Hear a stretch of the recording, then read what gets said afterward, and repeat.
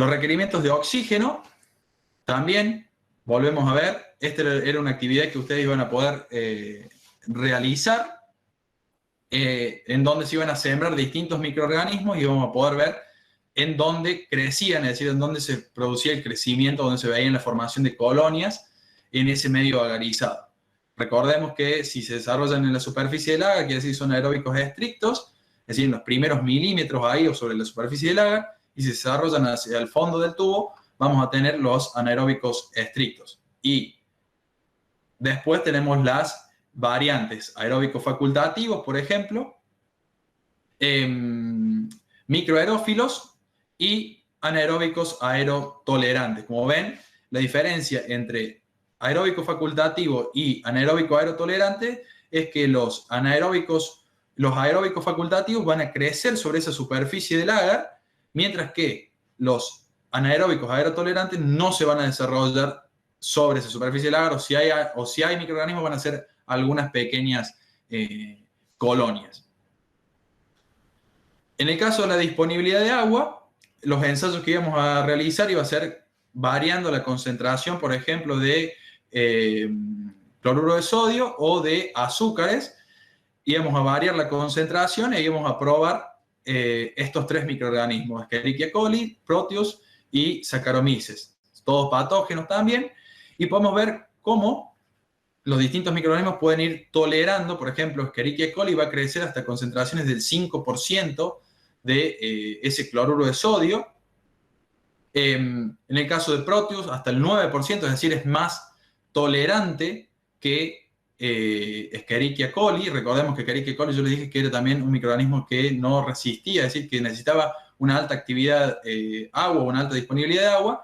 Y en el caso de Saccharomyces, por ejemplo, es el más sensible de todos, que entre pequeñas variaciones de ese cloruro de sodio va a verse afectado. En el caso de que miremos el punto A, B, C y D, es que el Saccharomyces crecería en el punto A, y a medida que aumentemos la concentración de cloruro de sodio, su crecimiento se va a ver inhibido. No así para Escherichia coli, que podría crecer en el punto A, punto B y punto C. Obviamente, a medida que incrementemos esa concentración de solutos en el medio, es decir, va a ir secuestrando las moléculas de agua y el crecimiento se va a ver restringido. En el caso del punto D, Escherichia coli a un 10% de cloruro de sodio no podría desarrollarse. No así para Proteus, que se desarrollaría muy bien y ya seguramente al 10% de cloruro de sodio la actividad o no crece o es muy bajo el crecimiento. Lo mismo pasa para los azúcares. Los azúcares van a ejercer el mismo efecto que cloruro de sodio, es decir, van a disminuir esa actividad de agua del medio, por lo consiguiente van a limitar el crecimiento de los microorganismos. Esto en lo que refiere a lo que es el práctico 5, sería de factores físicos de crecimiento. Como ven, es un práctico muy cortito, es casi igual al teórico, no quería repetirles todo lo que el profe le ha dado en el teórico, pero quería remarcarles sí bien cuáles son los 4 factores que afectan el crecimiento: temperatura, disponibilidad de oxígeno, actividad de agua y pH, y que vean la importancia de ellos. No sé si tienen alguna duda de esto, si no pasamos al práctico 6, a la parte del práctico 6, que son factores químicos, que ahí hay un poco más es decir, más profundo el contenido, no lo han visto en teórico. No, profe, yo no tengo dudas. Bien, si el resto... Romy, no sé si querés agregar algo. No, se quedó muy claro la explicación. Dale, listo. Pasamos entonces al práctico 6, que, como les dije, el práctico 5 refería a factores físicos. El práctico 6 son los factores químicos que van a afectar el desarrollo microbiano. Específicamente vamos a ver factores que afectan negativamente el crecimiento, bacteriostáticos y bactericidas. Vamos a ver, y vamos a ver qué distintos métodos o técnicas tenemos para determinar, por ejemplo, la concentración mínima inhibitoria o la concentración bactericida mínima, cuando estamos hablando de desinfectantes o de agentes químicos o por ejemplo de antibióticos. Este práctico, como les dije, tenemos sustancias químicas, microbiostáticos, es decir, aquellos que no van a matar al microorganismo, sino que van a frenar su crecimiento, lo van a dejar ahí de manera decir, latente, y los microbiocidas que sí van a matar a los microorganismos. Para determinar cuáles son, por ejemplo, las concentraciones mínimas inhibitorias o para determinar la eficiencia de algún desinfectante o algún agente químico, existen distintas técnicas o distintos métodos. El primero de ellos va a ser el método de Kirby-Bauer.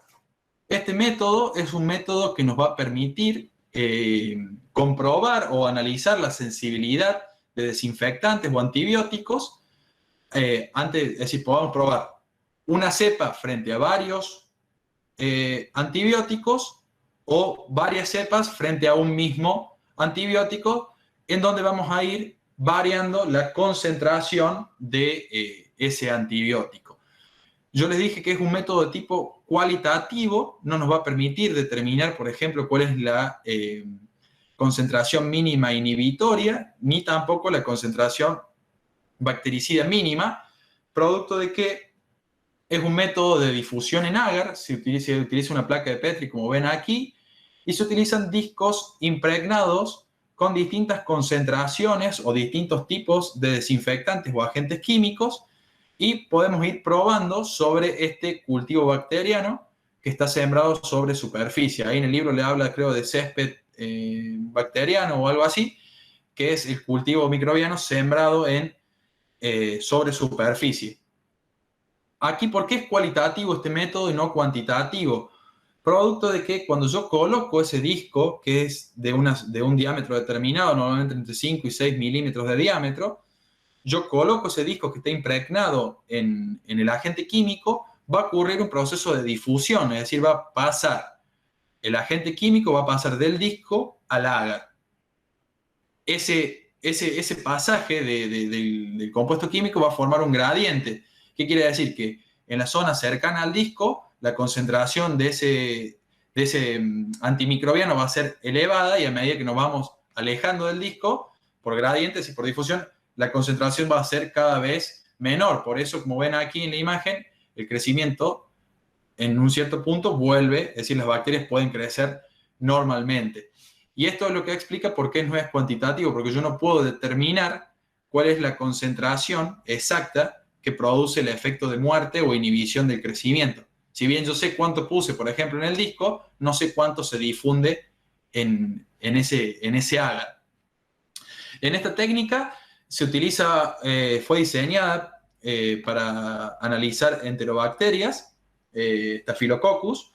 Se utiliza un medio que es el medio Müller-Hilton, y nos va a permitir clasificar en grandes rasgos a los microorganismos en sensibles, en intermedios o en resistentes a los antimicrobianos. Por ejemplo, si vemos aquí en la imagen, podríamos decir que si probamos de distintos tipos de antimicrobianos frente a una misma cepa, podemos decir que este disco aquí que yo lo estoy señalando con el puntero no ha tenido efecto, o sea que es resistente a ese antimicrobiano. En cambio, en el resto de los antimicrobianos ha habido un efecto de inhibición del crecimiento o de muerte celular, pero no sabemos cuál es la concentración mínima. Para eso deberíamos utilizar otras técnicas que ya las vamos a ver más adelante. Esta técnica, ¿por qué presenta ventajas? Porque es fácil, es decir, es rápida, es fácil de hacer, teniendo los discos, teniendo el desinfectante o el agente químico y conociendo las distintas concentraciones, por ejemplo, los distintos tipos, yo pruebo y en 24 horas, 48 horas, podría tener el resultado. En el caso, ¿cómo se mide el resultado? Bueno, se va midiendo con un calibre cuál es el diámetro en relación de decir cuál es el halo de inhibición que se ha producido por efecto de ese agente químico. En este caso, se reporta como que al ser resistente, el halo de inhibición fue de 6 milímetros, decimos que es el diámetro del propio disco. Aquí podemos ver que hay variaciones en ese diámetro. ¿Cómo procedemos a la siembra? Bueno, primero vamos a tener nuestra placa con agar Müller-Hilton, previamente ya solidificado. Procedemos a sembrar el medio de cultivo, lo sembramos por superficie, ¿no es cierto? Por ejemplo, podemos tener nuestras diluciones seriadas al décimo, se siembra de alguna dilución, se puede ir probando en distintas diluciones, se siembra, por ejemplo, a una concentración, en lo posible debemos conocer cuál es la concentración de nuestros microorganismos, por eso previamente ya podríamos haber determinado la concentración microbiana, por ejemplo, 1 por 10 a las 6 células. Si ya la tenemos determinada, sabemos que hay tantos microorganismos por mililitro de solución, ya sea tanto unidad formadora de colonia o bacterias, si usamos el número más probable.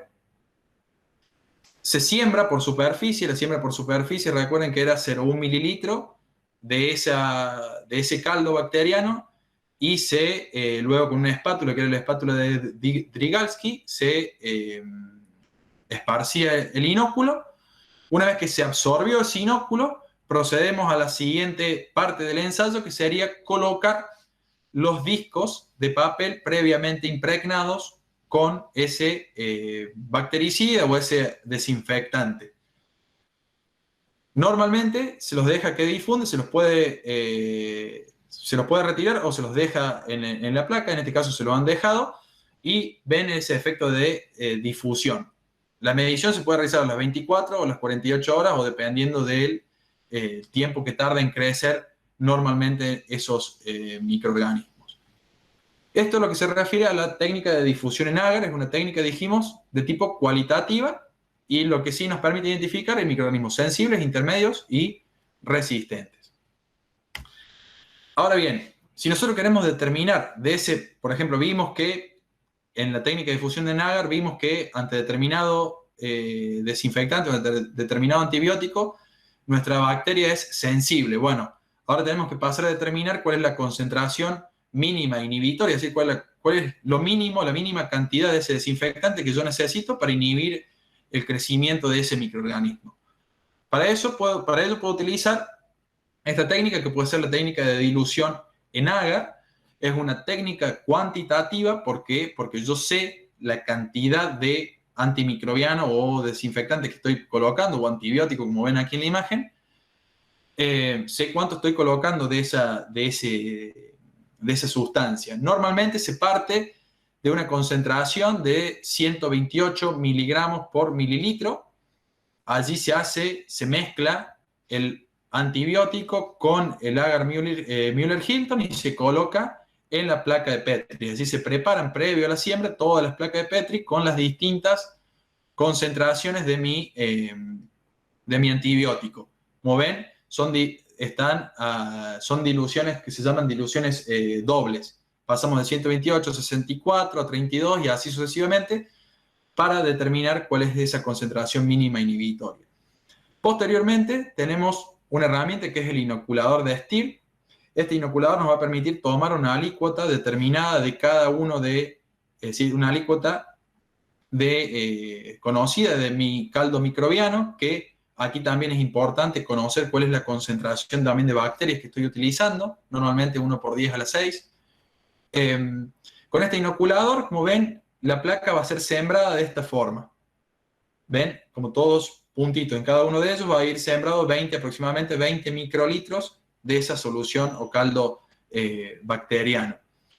Yo voy colocando, así siembro todas mis placas, y posteriormente, para evaluar esa concentración mínima inhibitoria, voy a observar el crecimiento en las placas. Como ven, la confluencia va disminuyendo a medida que aumentamos la concentración del antibiótico. En este caso, la concentración mínima inhibitoria sería aquella que tiene una cantidad de 64 microgramos por mililitro del antibiótico en esa placa. ¿Por qué? ¿Por qué digo que es aquí? Porque no observo ninguna colonia, es decir, no hay crecimiento de ninguno de estos disquitos, de estos puntos que me formó el inoculador de Stier.